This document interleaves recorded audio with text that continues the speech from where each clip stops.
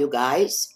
If you are new to ABC graphic design for non-designers, glad to see you and a warm welcome. I'm Kayla, a graphic designer and digital artist for the last 15 years with a lot of industry experience, and I run a small design studio out of Memphis, Pixel Design, Miami. As an independent designer, I deal with clients directly, and many situations have been coming up.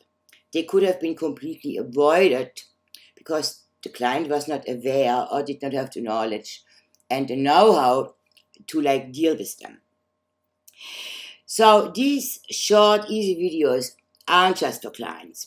Everybody can profit from it. If some very simple and basic tips can go a very long way. Just understanding a few key points will save you time and money down the road. My videos are based on taking useful and sometimes complex information and breaking it down to very basic, supported by visuals, demonstration, tutorials, of course my voice, me talking, and it's easy to follow, easy to remember in very plain English. That said, if you have any questions or comments later on, please drop me a line, I will answer. And if you enjoyed my video and found it useful, please hit the thumbs up button. And if you like to subscribe, that would be even better. There's a lot to talk about, and let's get started. Here, number 2. So, we'll talk about file extension. Not very exciting, I'm aware of it. However, they're useful, and you don't need to know a lot. Just a little bit goes a long way. So I'm a bit brief, and we are only going to touch on a few basics. We all know how a file looks like. It's good to know it has 2 parts. The name of the file, which distinguishes each file from the other. The computer needs to know that, and you too, so you find the file. And then there is this period and the 3 letters behind it. These 3 letters give a lot of information to the computer and also to you. In brief, it tells the computer how to handle the file, how to store information. It identifies the programs associated with. It identifies characteristics of the particular file. And it gets information on the content and how to use it.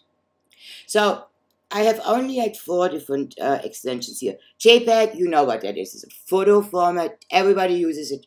Most images on the internet are JPEG or PNG.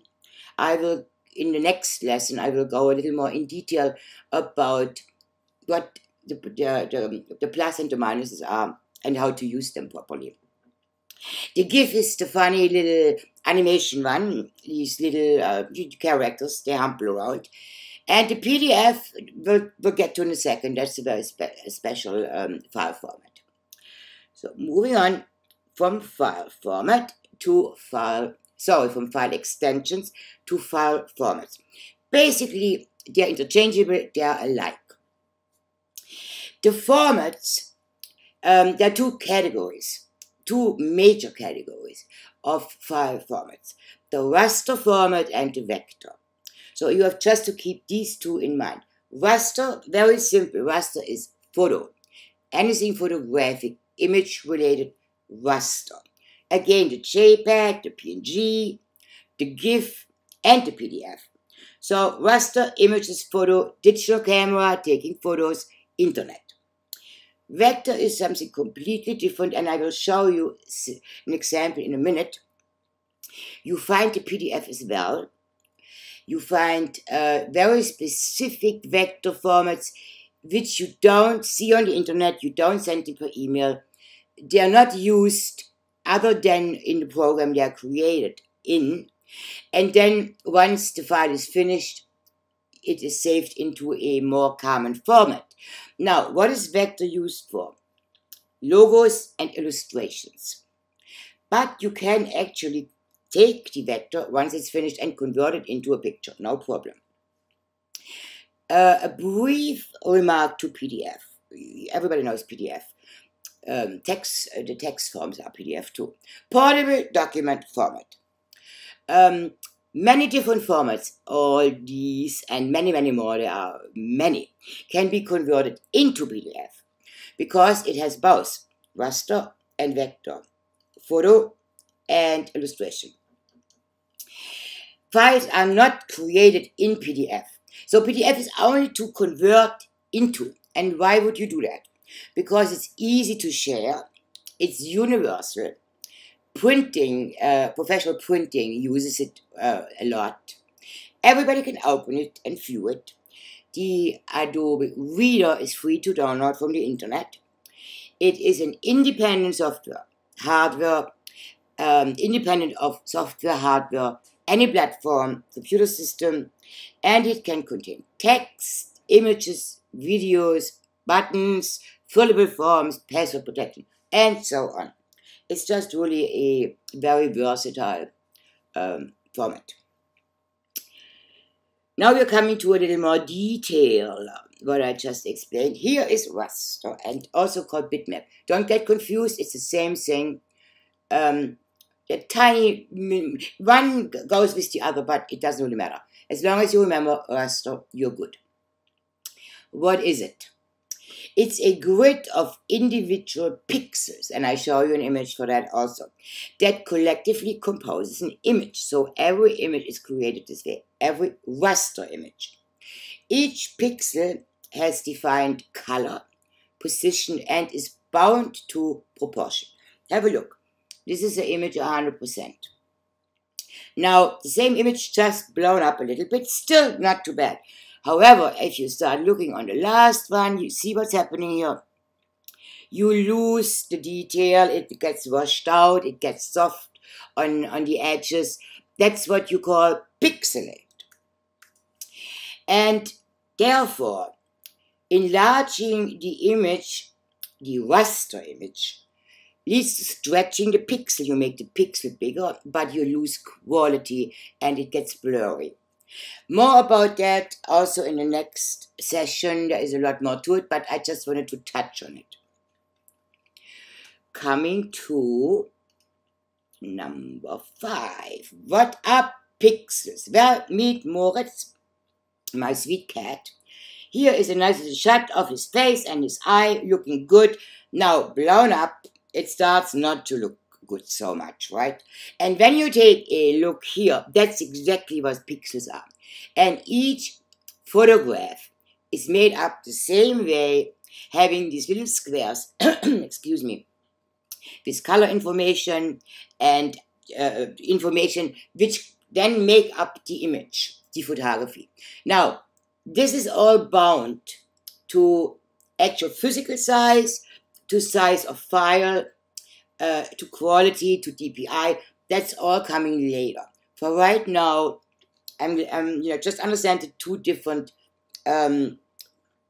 big categories: photo and the vector. Now we're coming to vector as a comparison. It's a very different situation. This is vector created by point, lines, and curves. Vector is not static. It uses a coordinated system defined by a mathematical equation of points, lines, and curves, and we believe that it can be endlessly enlarged without distortion or loss of quality. That means I can take this little picture, this vector image, and blow it up 10 feet, and it will look exactly the same.